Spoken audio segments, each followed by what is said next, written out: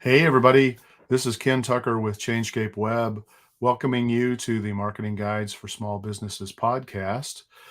Today, we're going to be doing a podcast episode that we were going to be doing last week. But because I didn't have much of a voice and Ian was traveling and getting some sun and fun and education injected into his body, we decided to just postpone that episode and do it this week. So here we are. And whether you love it or hate it, we're going to talk about it because these are things that have been bugging us when it comes to marketing and, the confusion that's out there in the marketplace amongst, some of our clients, but also some of our peers in the marketing community. So we just need to get this stuff off our chest. I'm going to start with Ian.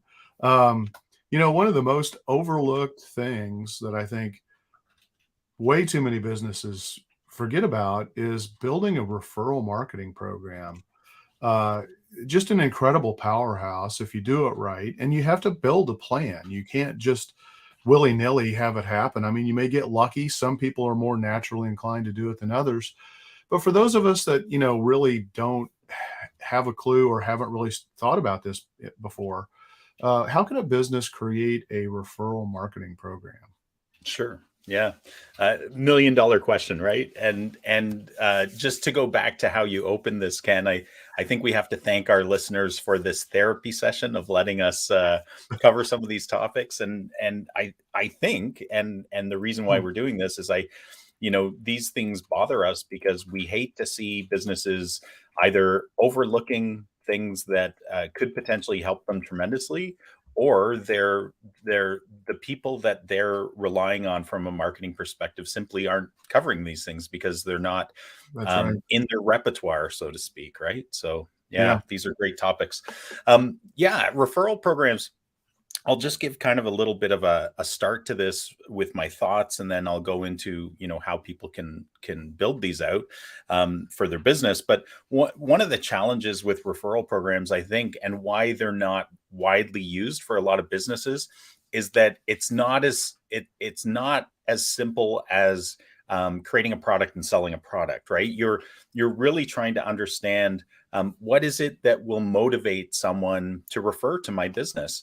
And so that's kind of the core of what a referral program is you're trying to turn fans of your business into referral partners, so to speak. And there's different strategies and tactics to this, but they all start at the same spot, and that's and this is true with any kind of marketing. You need to define your goals. You need to truly understand what am I trying to achieve here. And this is actually pretty easy in that, to define your goals in a referral program. If you're starting at ground zero and you're not, whether you get kind of organic referrals right now, which is wonderful, you have no control in that. And so this is really about how do I bring a little bit more control into this type of part of marketing and try to encourage referrals in a new way. And so you have to have goals.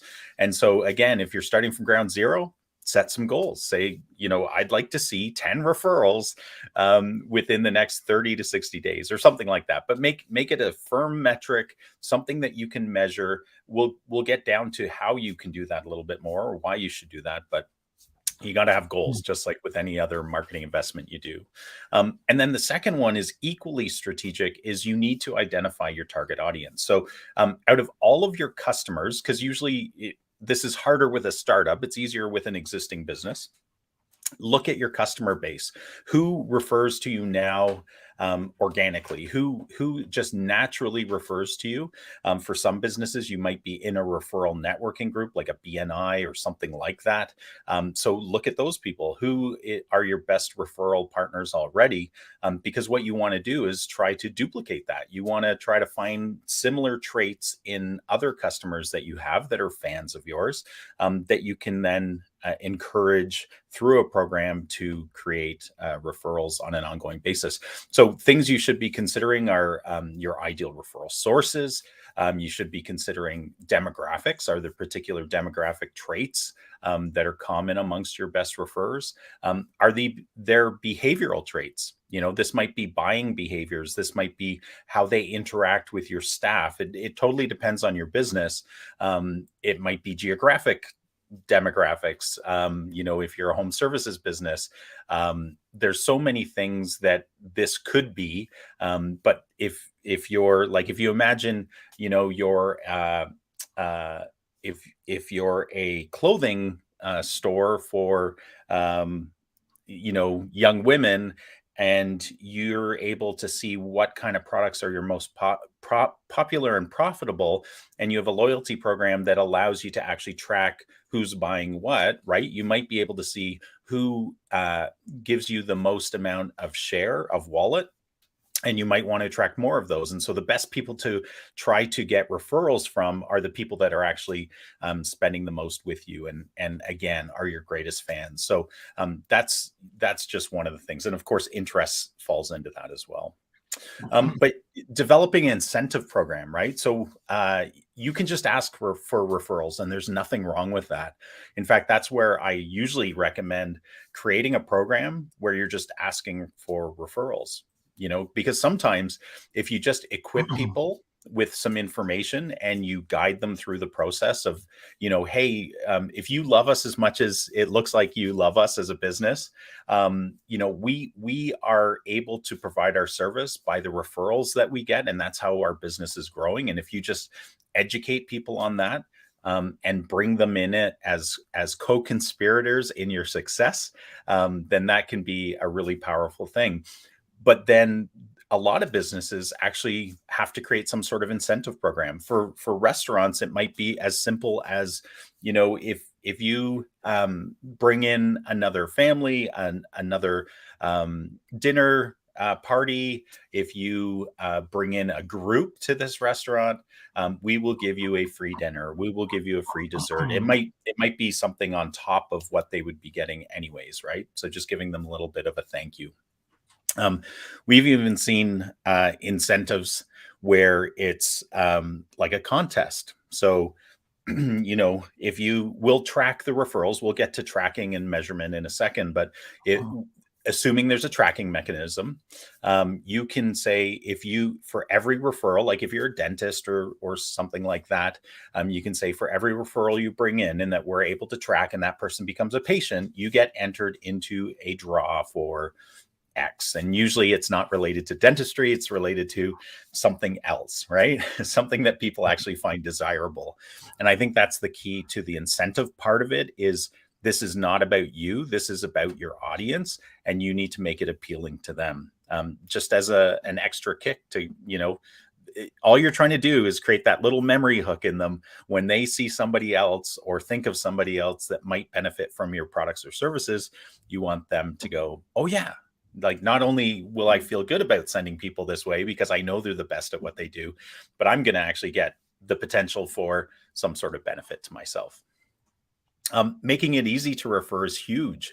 You want to make it as easy as possible. A lot of referral programs now are pretty they're simple yet sophisticated, if that makes sense. You can have things that are trackable online. So you can do things as simple as a form fill. So refer somebody to our business. Who did you refer? You enter the information, it's tracked in a database. You can use things like QR codes. You can use shareable links. There's all sorts of things. And then there's more sophisticated online apps that basically kind of can be a referral system unto itself for tracking, for incentivizing, for sending emails, for texts. There's all sorts of things like that now. The next thing I would say is foster a culture of referrals. So this is with your staff. This is also with your clients, right? Just remind them that that it's beneficial to everybody to refer people to you. If they love you, send some more people our way. And then measuring and analyzing results. So you have to track it somehow. That's, we talked about goals, we talked about target audience, but you have to be able to measure and track to understand how well it's working. And of course, with the entries of the referrals, I talked a bit about that's a form of tracking as well. But you have to be able to do that. And then once you are running a program for a little bit, you need to pay attention and refine it, make adjustments, optimize it, ask for feedback from your best referral partners, right? But by doing this, you can create a really great referral program that generates more and more business. And obviously, it's got a compounding effect, because the more people you get as referral partners for your business, the greater this social network of people referring to you grows. So it can be very, very powerful, and it's very inexpensive. Yeah. Yeah. A couple of things. One is, I mean, you tended to talk, and not exclusively, but you tended to talk about customers being your referral partners. Hmm.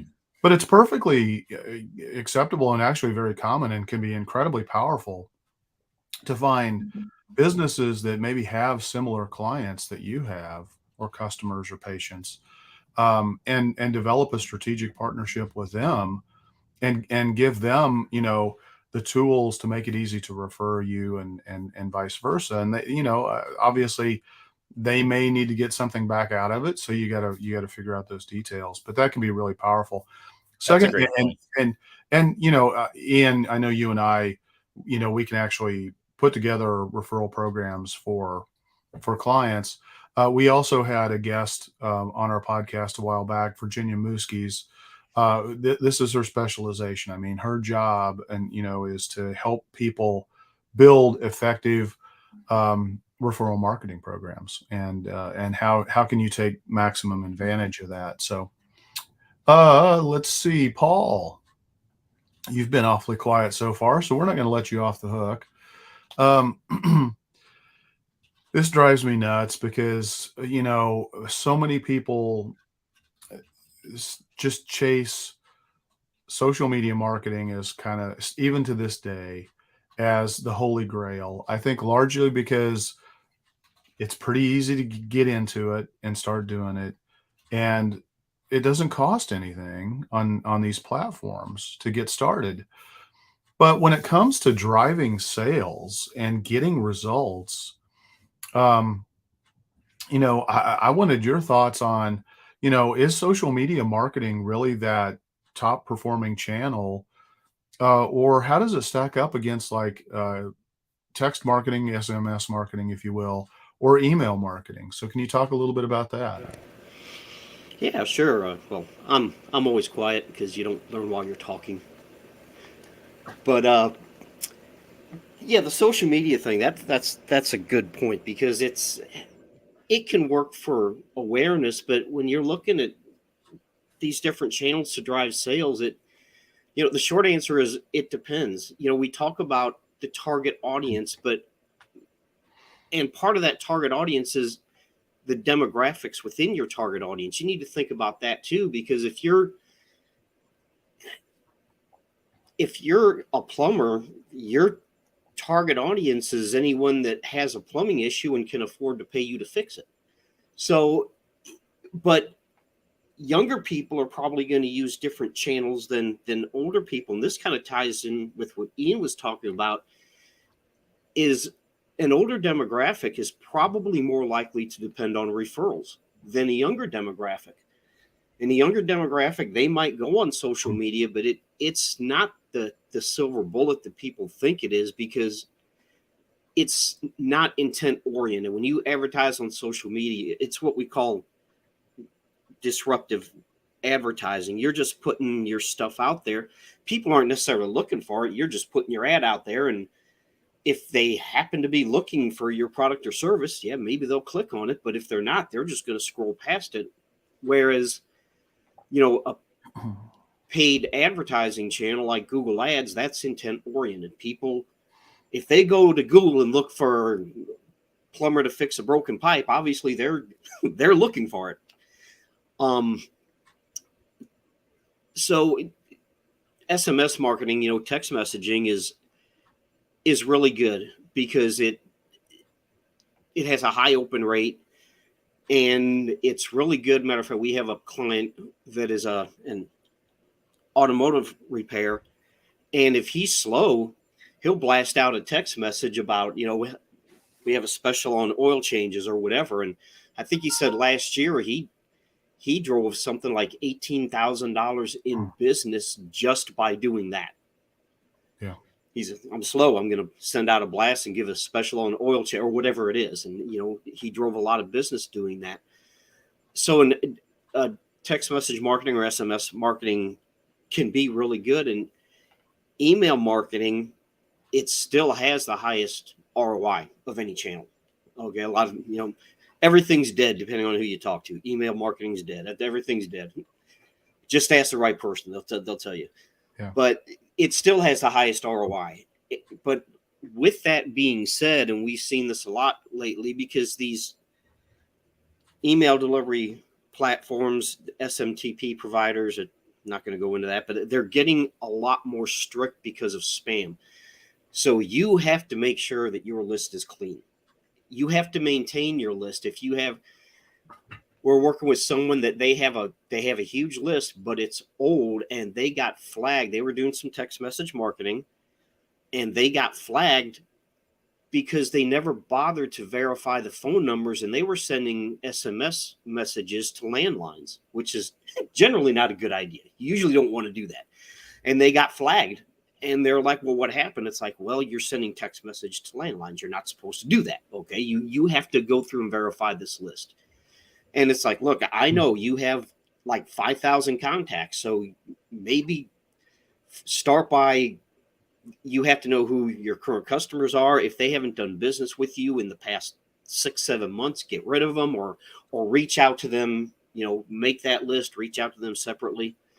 I know this isn't exactly what you asked, but it's all part of it, Oh, sure. So, but yeah, I don't think social marketing, let's go back to it. Depends on your industry as well. If you're in a lifestyle type business, and we've talked about this before, if you're doing things that people like to brag about, like they go to the gym and, hey, I did 500 push-ups. Okay. So social media might be a good platform for you. But keep in mind that it's still not intent oriented. And I think that part of the equation is really important. So definitely, yeah, SMS and email marketing are always going to outperform social media marketing. So you really have to look at your target audience and the demographics. And yeah, you might have to be on all three. You might have to use SMS and email and social media because your target audience, the demographics might be on all three of those channels. So I'm not saying to exclude any of them, but I agree, Ken, with what you said about social media. It's not like some kind of magic bullet out there that's going to solve all your advertising channel problems. Yeah, I mean, I kind of group these three together because they're really, they should be permission based, right? I mean, people like your page, they follow you, or whether it's Instagram or Twitter or Facebook or whatever, they're saying, okay, I'm interested in getting your content. And ideally, I mean, absolutely, you better be using email marketing and text marketing to people who've opted in, who truly want to get your information. If you're not doing that, you're going to get yourself in trouble really fast. And so I think that's, a lot of people have probably gone out, they do the easy thing, right? I mean, a lot of people don't know any better. So it's like, well, I've got 400 emails. Let me blast it all out and see what I get. They don't clean them. Email addresses go bad really fast. So you have to constantly clean them. Depending on how you send that out, your email service provider or your email system is not going to like a lot of the stuff that you're just naturally going to go do. Yeah, and make sure you have an unsubscribe link in your email and a way to stop text messages, because if you don't, right, people are going to start marking your stuff as spam, and that's bad. Well, and the other key thing that I don't, I mean, when you look at text marketing, it's like 90+% of all texts are opened within the first 3 to 5 minutes. Nothing is better than that. But if your audience isn't on, using a smartphone and doesn't really want to receive text and haven't opted into those lists, it's not going to do any good, right? Right. Email open rates for truly opted in lists where people want to be getting that information. I mean, you can expect open rates of 25, 30% is not uncommon, maybe even a little bit higher. Social media right now, if you're just posting organically on social media, you're lucky if you're getting 4% reach of the people who said that they want to follow you or like your page. So, I mean, it's pretty simple. And again, we're in an omni-channel world, so we're not advocating pick one over the other. I think you have to maybe rely on all three of these and do them smartly together. But yeah, it just drives me nuts because I think, there's also a great temptation with a lot of people that say, it doesn't really cost me very much to send a text, or an email tools are usually relatively inexpensive. Or they may even just try to send it from their Gmail, which is never a good idea. Yeah, I And quickly mark those as en masse, to a bunch of different people. Look, just because it's free doesn't mean it's the right thing or the best thing or even a smart thing to do. So I wanted to get that off my chest. Well, and what you said about earlier about social media, it's free. It doesn't cost much to get started. Social media is quickly becoming pay to play. I mean, they make money off their advertising, and they are going to. We've talked about this with Facebook that the organic reach has dropped dramatically because they're losing subscribers faster than they're getting them, so they have to make money, and they want you to pay to run ads. They're not in business because they're a charity. True. All right, Ian, let's talk a little bit more about email marketing and the metrics that are associated with that. Because again, and social media is the same way. There are a lot of metrics that make it sound, oh, cool, this is really exciting. But they're really pretty misleading and probably should be ignored. So what are your thoughts on those misleading metrics and the ones that should be ignored when it comes to email marketing and what maybe should people really be paying attention to? Yeah. I'm going to start this conversation about this in answer to this question, Ken, in a similar way that I think in one of the other Things That Bug Me podcasts that we did, it was about SEO metrics, right? And you had framed it in a similar way about what misleading metrics should we avoid, which ones should we pay attention to. And I think so our listeners understand, I think all metrics have value to some extent, and it depends on your level of involvement and what it is that where your decision making needs to be involved. So what I mean by this is, and I know you agree with this, so it's not something new to us, but for our listeners, I would call them like top tier metrics and lower tier metrics. In the top tier metrics, if I'm the owner of a business, what I really care about is that we are consistently emailing our database of clients, patients, customers, prospects. How many people are actually opening those emails? How many people are clicking through on any links that are within those emails? What the conversion rate is? What the bounce rates are? Unsubscribe rate, and some of those, like as the business owner, I actually only care about how many people are receiving our emails every month, right? That's pretty much all I need to care about.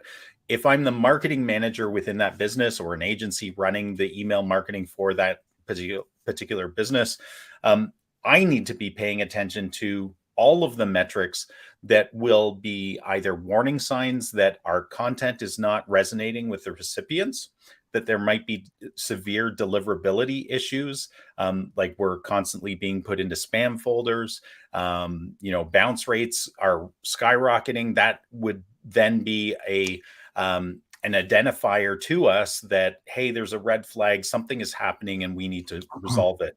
But again, it depends on your involvement in the business and how much you need to pay attention to those, right? you know, some metrics that are, and even I should have mentioned in kind of those top tier metrics, unsubscribe rates, even though those can sometimes be misleading, those are really big identifiers to, if people start to bail out of your email list at a growing rate, then what that is really telling you as a business is that the information, the content we're sharing, its value is not being received well. And so we either need to adjust what we're doing, or we need to stop sending emails to people, or we're going to lose our list, right? Some of that though is rather a natural consequence of having a business, in that you're going to have customers, patients, clients that leave your business over time, right? If you're, we see this with lots of clients where, if you're a dentist, there is attrition. Some people move away, some people pass away. There's all sorts of circumstances whereby somebody might need to be removed from your list, and these are all legitimate things, and they don't actually tell you that you did anything wrong. It's part of business. But some misleading metrics, or metrics that can sometimes be misleading if the wrong person in the business is paying too much attention to them, I think, are things like delivery rates. There's a whole bunch of factors that can go into a delivery rate, and people get really hung up on that sometimes. Spam complaint rates, sometimes these can be really misleading, because when it's working properly, this is where somebody receives an email from you and they signify it as spam. There's actually a lot of people that accidentally, oftentimes like in Gmail and some of the other platforms, the spam button is right next to like an archive button or a delete button or whatever it may be within your email client. And so a lot of times spam doesn't even mean to be flagged as spam. We see this once in a while. So you want to make sure that you take that with a grain of salt. But again, the people that are really involved with your email program, that are managing it, they need to be watching this. And again, if it can be an identifier that you're not connecting with the people that are receiving the emails. List growth rate, some people thrive on growth. They just want that growth number. Like, our list is growing at X number of recipients a month. But sometimes that's really misleading, because you want to make sure that it's actually the right people. You don't want to be buying lists for the sake of buying lists. You want to be making sure that you're attracting the right people, and that you're communicating with the people that care about what the information you're sharing. There's even something called inbox placement rate, right? This is the rate at which your emails reach a recipient's inbox. But it doesn't necessarily indicate the effectiveness of your email campaign. So there's a whole host of data that as a business you can track with email campaigns. But I would say, at the highest level, have your manager of your email marketing share the most important metrics to you. Again, if you truly care at that level, because sometimes you shouldn't even have your eye on that ball. They should be just the ones focusing on that, and you should be focusing on running your business and making sure that you're capitalizing on those phone calls and form fills that people are doing from your email campaign. But yeah, what are your thoughts, Ken? Paul? Well, I mean, one thing that I think open rate is a little bit of a deceiving thing, because you can get false open rates, depending on how people's mailboxes are set up. And the other thing is, ultimately, can you track sales back to your email campaigns? Which can go to measuring click-through rates and conversion rates and stuff like that. But those are the things that ultimately probably are the most important. In my mind, you obviously need, like you mentioned, you need to pay attention to all of the metrics that are telling you whether or not your marketing campaigns are healthy or not, based on the user behaviors, and also, did somebody on your team upload a list that was 3 years old, and maybe they're actually really customers, and maybe they gave you permission, but it's an old list that wasn't cleansed. Mm-hmm. Now are your numbers tanking? So you need to be paying attention to all that kind of stuff for sure. Yeah. One thing I would add is that, like, even though some of these Mhm. metrics are imperfect, because we live in an imperfect world, like just what you were saying about open rates, it actually goes both ways, right? Like some applications feed misleadingly high open rates. Some email applications actually give misleadingly low open rates because people are viewing their emails through a preview pane, which is actually not a legit open for some of those email clients, right? So but what I think is valuable in any of these metrics is trending, because here's where I think open rate can be really valuable if it's trending, is that all things being equal, you're on the same email platform, you're tracking open rates over the course of a year, 2 years, 3 years, and you see open rates dropping. Unless something dramatic has happened in the world that's feeding different information back to your system, it means that something, it probably actually means, like, this is where I would jump to the conclusion, is I would start to look at subject lines, right? Why aren't people opening our emails? Well, the subject line is the first thing they see before they open an email. So we need to up our game from a subject line standpoint. But if you're not tracking open rates, you'd have no idea if the subject line is a potential issue, right? So and I think that's why it's really important to have people that know what they're doing to manage your email campaigns. The last thing I would say too, and it's really what you said about connecting marketing activity like email marketing with sales, is that this is where the importance of having a CRM integrated with email marketing is so powerful. Because I know you guys use the same CRM system that we use, and it's also our email blasting software. And we've used lots over the years, just as you have. But now when we integrate those platforms together, wow, like you can see everything about what a contact is doing, from SMS, email marketing, social messaging. Did they come in through pay-per-click, right? There's so much information there. And without that 360-degree view of the contact themselves, man, you're, as a business, you're trying to connect these dots between different systems, like your CRM system and your email blast system, like a MailChimp or whatever. And it's really hard to do that unless you have an integrated multi-channel system. Yeah. Never use a preview pane. It's a vulnerability. There we go. It's a bad thing. But, Ian, something you said about, they're like these higher tier metrics and lower tier metrics, and that's a really good point. You have to understand what you look at, or what you're looking at, because when it comes to email, a bounce rate, it's pretty straightforward. Okay. Yeah. But that being said, there's also there's a hard bounce and a soft bounce. A soft bounce is maybe the mailbox is just full, and doesn't mean it's a bad email address. Now, if you're looking at Google Analytics on your website, bounce rate has to be taken in context. Because, we've talked about this before. Someone goes to your website because they want your phone number, and they get your phone number and they leave. Analytics is going to say that's a bounce, but it served its purpose. So you really do have to know what you're looking at. And that's, you kind of made that point in a different way, but that's something that people really need to be aware of. Well, and just as a follow-up to that, Paul, it's a really good point.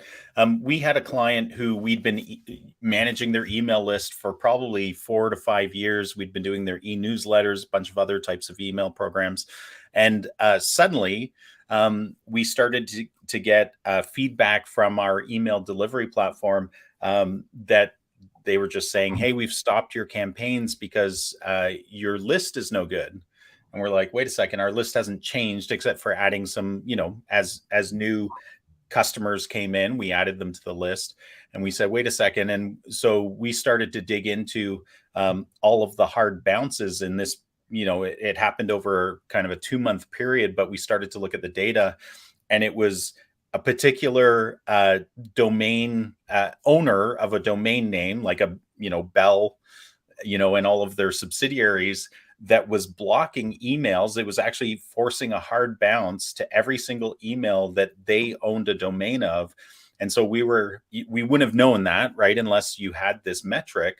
But we were able to work with the actual email platform to work through, it's actually your platform that's having an issue with this particular domain provider. And so we need to make sure that's resolved, because these are the same emails we've been using for years, and they are legitimate clients and they have opted in, right? So without metrics, you'd never know that. It would just kind of go into a hole. And Yeah. half the people in your list wouldn't be getting emails. So metrics are good. Yeah. Definitely. All right. Next topic. And I guess one of the reasons why this bugs me is because, I always look for easy ways for our clients to help us, in the natural execution of their jobs, not to take over a lot of the marketing functions, but there are just so many different things that they can do to make their life easier, make our lives easier, because ultimately we need some information to be able to do our jobs.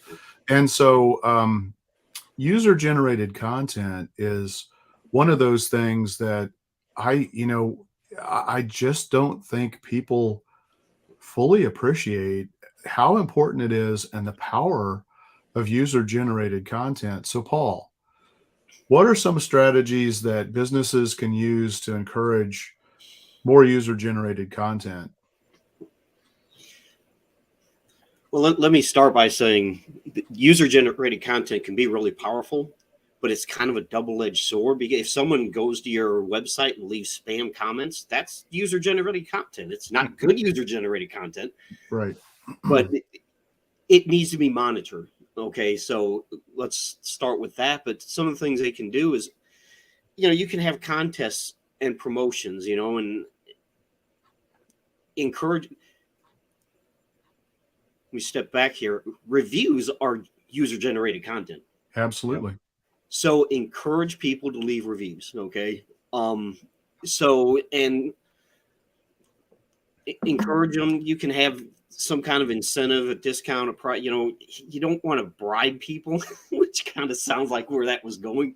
But encourage them in some way, shape, or form. I'll leave it at that. To share their experience. If they had a good experience, and one of the best ways to do that is to ask for reviews. Have a process to ask for reviews, and we'll probably talk about that a little more later.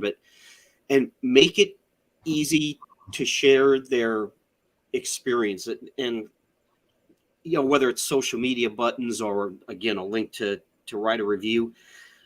I got an email from a business a little while ago that I had talked to, and this goes back to making it easy. They sent me an email. I had asked them for a quote on something. They sent me an email, and it was from an office person. And at the end of the email, it just had their name. And it's like, what are you, stupid? Your email signature should have your name, your phone number, your email address, even though, yes, you can click on reply. It should have your phone number, any way to contact you. But it was just an email with this office person's name, and that's it. That is not a good user experience. Yeah. And ask for feedback. This goes back to what you said, Ken, that we need information to do our jobs. And if you're a business, you need feedback from your customer, because a lot of times if you're doing something poorly or, irritating people, I'm not saying it's intentional, but they are more likely to just go somewhere else than to tell you. They're not going to tell you. So you have to have a way to ask for honest feedback. And, you need that. We talked about sharing the user generated content. We encourage community building. This kind of goes back to the first question for Ian about referrals. Encourage referrals. That in itself kind of goes into that community. You can, and creating online forums or groups. Depending on the size of your business, what you do, you could have a Facebook group, because I love Facebook. Provide. Everybody's laughing at me. Provide excellent customer service. That's a no-brainer. But again, it goes back to the email I got from this business. That is not good customer service. If I wanted to interact with you in any way other than clicking the reply on the email, I had to go hunt for it. That is not a good, that's really not good customer service. Exclusive content, that's sometimes easier said than done, but one of the ways you can do that, YouTube videos, how-to YouTube videos. If you're, and again, define exclusive content. Well, if your competitor, let's say you're an HVAC company and you have a YouTube channel and you have videos on how to program different thermostats and your competitors don't, I mean, that's not exclusive content in the whole scheme of things. But from a local standpoint, if your competitors aren't doing it's exclusive content. So, do things like that. Again, user generated content. Encourage, make it easy for people to share things. Sometimes you just have to pick up the phone and talk to people. Call some of your customers and ask them, hey, how did we do? Is there anything we can do? I want you to be honest. Is there anything we can do to improve the customer experience? Just ask them, and all these things will help foster brand loyalty, which is ultimately what you want. You want to be no matter what you are, if you're a landscaper or if you're a roofer, if you're a plumber, if someone has an issue, you want to be their go-to person. So those are some of the things that I would do. Yeah. One of the things that, we work with a lot of home remodeling contractors. And again, we beg and plead for pictures and for project descriptions over and over and over again. Those things are so valuable. And one of the things that came to my mind is maybe you just set an incentive program to say, hey, we came in and we painted your house. If you give me 10 usable pictures, I'll buy you lunch, or I'll give you this incentive or something. But, because you're not getting it done yourself, your crew leaders aren't getting it done. We can't do it because we're not there on site. You wouldn't want to pay for us to do it. You're not paying for a professional photographer to go do it, although you might want to do some of that as well, for sure. You got to get it. You just simply have to get it, folks. I mean, come on. Even asking for reviews is so important. And I am still amazed at the velocity of most of the people that I've ever talked to throughout my entire marketing career about going and getting reviews. And that maybe is the single most powerful piece of user generated content that you could do if it's placed on the right, the right review site. Yeah. And something you said about the pictures, and you said the crew leaders aren't doing it. I just don't understand that. If you're the business owner and your crew leader isn't doing this, you make it part of their job, or you go find someone that will do it. Yeah. Or incentivize them to do it. Make it part of their performance appraisal and review process, whatever. But yeah. And if I could add to that, I'm glad you guys talked about your own team and your own staff as being user generated content. Because as a marketer, and I think I heard this from you guys too, but as a marketer, one of the most compelling types of content that a business can share, and we track all the metrics, right? Talking about metrics, but we track all the metrics for social. And so we have strategic posts that we do that are kind of like table stakes for a business. You need to be talking about your business, your staff, your team, your events, your promotions, your products, your services. Like, absolutely, you should be doing that. And we can do that for you as marketing agencies, right?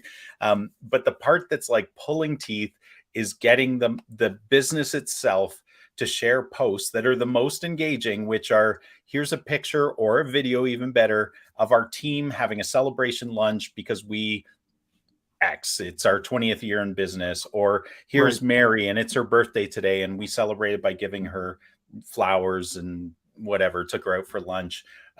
Or what you were talking about with the remodeler, like we have some clients in the same space that when we do competitive intelligence on what their key competitors are doing that are kicking it out of the park, time-lapse photography of a site, a work site, huge. Walkthroughs by your crew or by you as the business owner, or the team lead walking through a construction job, explaining what you're doing and how what you're doing is above and beyond what others do. Talking about your fall arrest equipment, of how you keep your employees safe. I mean, all of that stuff is like candy to people on social media. And the table stake stuff you should be doing, but this higher, we talk about kind of the layer cake approach. You got to be doing these other layers if you really want to make social media any value to your followers. And so, talking about metrics, don't just focus on the number of followers you have if you're not putting out good content. And if your team's not on board, it's probably because you're not on board. If you're not creating content, then how are you going to get your team to do it? So start from the top, create content of whatever makes sense for you to create content of, and build it into their performance review and their job descriptions, and make sure that they're doing it, or offer a contest to your own staff that whoever makes the most, maybe not the most, but whoever makes X number of videos or takes X number of photos on the job site gets entered into a draw to a baseball game or something, like a nice dinner or something like that, right? Which is incentivizing them. Yeah. I just think it's so big, guys. Sorry I went on about it, but I'm so passionate about that.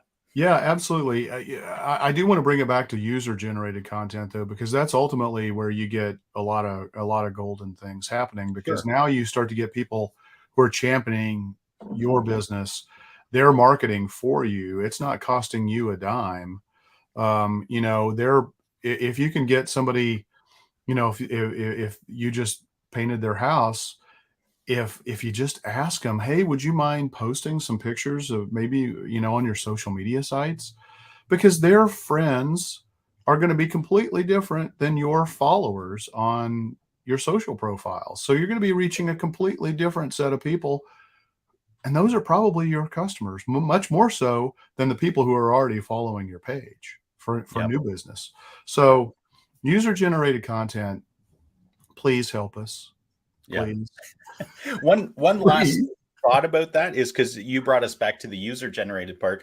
I would say too, because if anybody is a trade out there that's listening to us, and hiring is such a huge part of your business now, attracting good people is hard. User-generated content, meaning your staff-generated content, getting them to share their experience of working in your business. Obviously, you have first right of refusal as far as using it. It's got to be good and it's got to be supportive. But that kind of content, if you're trying to attract more people into your business to be great team members, A players, you got to have that kind of content, because everybody knows the business can say whatever they want, but having real people talk about their experiences is just like having a testimonial, about what it's like to be your client or your patient. So real people as opposed to fake people. Exactly. Okay. AI created people. Yeah. Well, I think we have time for one more question today. Yeah, I was gonna say, we got a lot of questions. Do we want to do a part 4? Yeah, we'll do a part 4. Yeah, I mean, as you can tell, we're grumpy people, and we have a lot that we are trying to work through here, folks. So it's because we care. It's because we care. It is because we care. I mean, I don't want to do this just to, I genuinely got into this business, and I love what I do because I want to help people. I love educating, and I love helping people, and I want to try to help them get the best bang for the buck. Yeah, definitely. But that there's also some truth to you can't help people that won't help themselves, and that's kind of why we're doing this. Yeah, absolutely. All right, Ian, last question that we're going to have today, and Paul, jump in as well. Because I think this is kind of user-generated content, a great strategy for it, and that is to use quizzes for marketing purposes. So, Ian, can you talk about maybe some of the best ways? Excuse me. Almost made it through the entire episode. Here's a cough drop. Yeah, I popped one earlier, but and actually, just I'm doing pretty good. But yeah, can you talk about quizzes and how businesses can use those for marketing purposes and why they're important? Sure.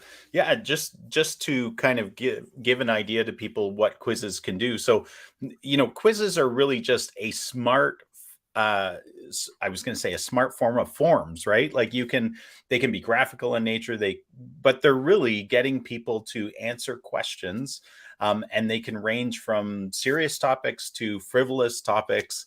And if you've been on any kind of social media, especially Facebook, these are very popular, or at least they were very popular for quite a while, until people figured out that some of the people that were gathering information on some of these quizzes were doing it to fish for personal information, right? Right. And it was hard to tell the difference between the two.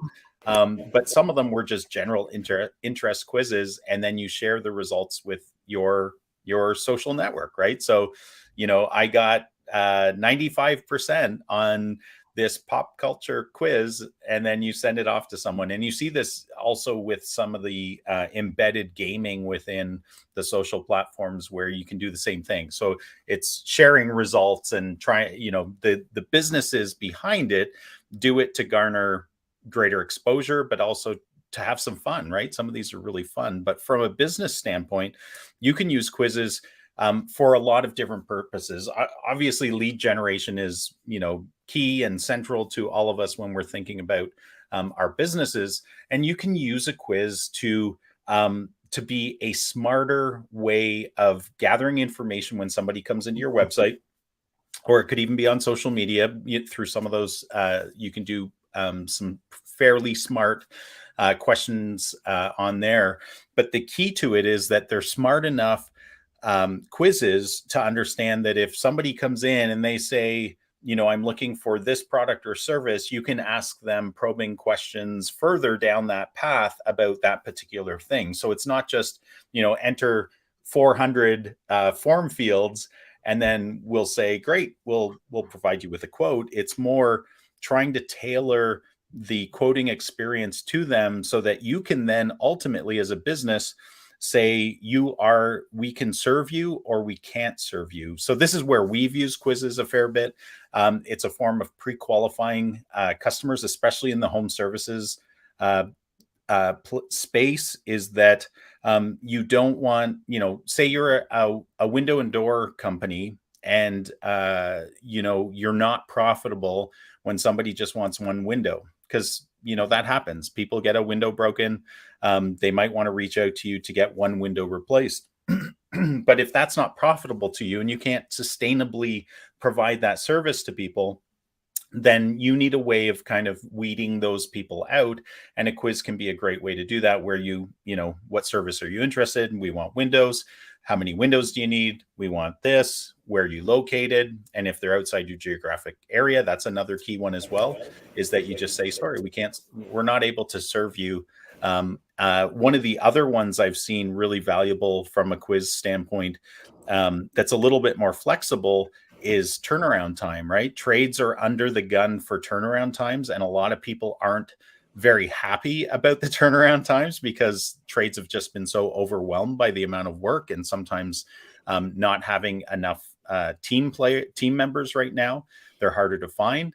And so, including in there, a drop-down menu that says, how quickly do you want this solution provided?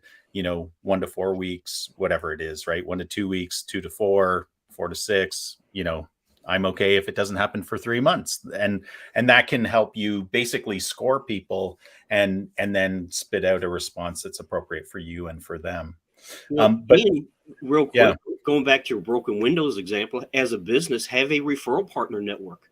Someone calls you and says, I only have one window. We don't do that, but call this person. That builds a good great point. Yeah.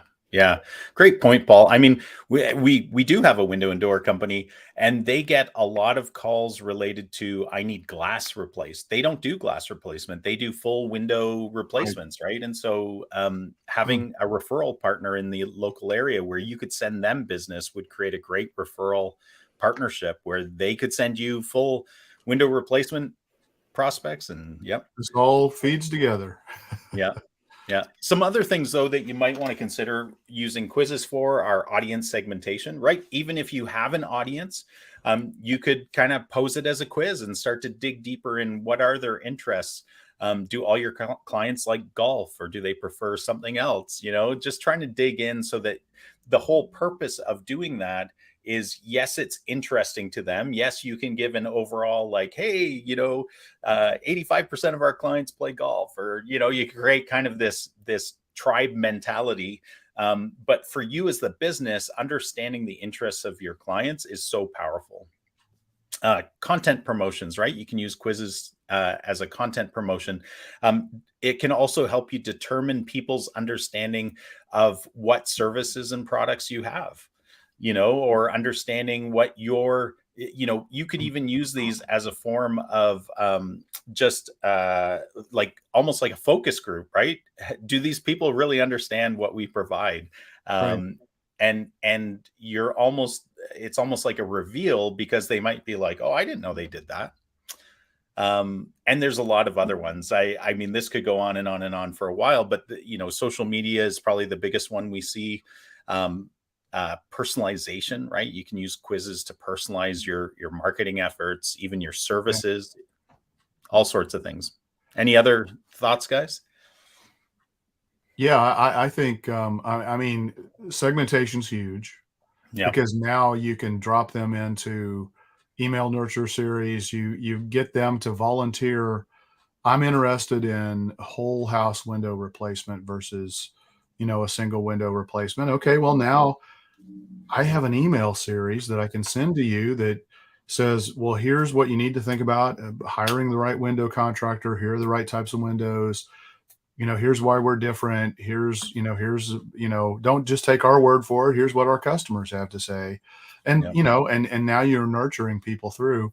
The other thing about quizzes is, like you said, if, a lot of times if they're just fun and simple, and you don't ask for a bunch of information, but you get enough to help you segment them Yeah. and whatnot, they're going to share the results. And when they share those results, that could be one of the more viral things that may happen for your business from a marketing perspective. So that's a pretty cool thing as well. But yeah, I mean, absolutely, I think you've got to be prepared to do the follow up. I mean, just having the quiz um, is step one. Step two is, what do you do with the information you get once you get the quiz? Even your example there, Ken, was really good in that so you've kind of got your ideal bucket, and then you've got your less ideal bucket as you're segmenting people out. But Right. it's even an opportunity, right? Because if you wanted to, as a business, you could basically nurture people on the ones that have said they don't need a lot of windows, right? Maybe they want 3 or something, and that's Right. still not your ideal. You could have an email campaign that actually talks about why you might want to consider replacing all your windows, for energy efficiency, for style and curb appeal. There's a lot of reasons, but yeah, it's a neat. Well, and even like for us, I mean, we could have a quiz that basically helps us channel people into the right solution. So somebody, based on how they answer a particular quiz, maybe what they fall into is they need help from me as a marketing guide, through StoryBrand, and they need to work on messaging, but they're going to go handle a lot of this stuff themselves. Other people maybe, just I don't even know where to start. Okay, well, that's going to tell me that maybe we need to put them into the bucket where we're talking about marketing strategy and really working on that. And then there are going to be people who, based on their answers to their questions, are going to be, they're already doing a pretty good job. They just need some tactical help here or there in 3 or 4 or 1 or 2 different places. And if that aligns with us, great. If not, at least maybe we can give them some resources and some information so that they can, go do it themselves or find the right solution. So you can channel it. It doesn't have to be, oh, sorry, you're not a client, or, oh yeah, you're a great client. You can actually channel them to the different paths of the solutions that you already have to offer. Yeah. And, I think Ian touched on this, is use them to get customer feedback, because if it's a quiz and it's kind of anonymous, they may be more honest than if you call them up and say, hey, where do we screw up? They may not be comfortable, but on a quiz, they may be more inclined to be honest to say, you really screwed up here. You could do this better. And as a business, you really want that feedback, because if you don't know where you're falling short from a customer perspective, you can't improve your process or system or whatever it is. Yep. Yeah. Absolutely. All right. Awesome. Well, I think we're going to wrap this one up for today. And the good news is, for all of you watchers and listeners, you're going to get to experience another one of these episodes where we talk about more stuff that's been bugging us. So that'll be coming up here in a couple of weeks. So make sure that you come back. And Ian, why don't you take us away? Yeah. Until next week, folks, keep calm and mark it on.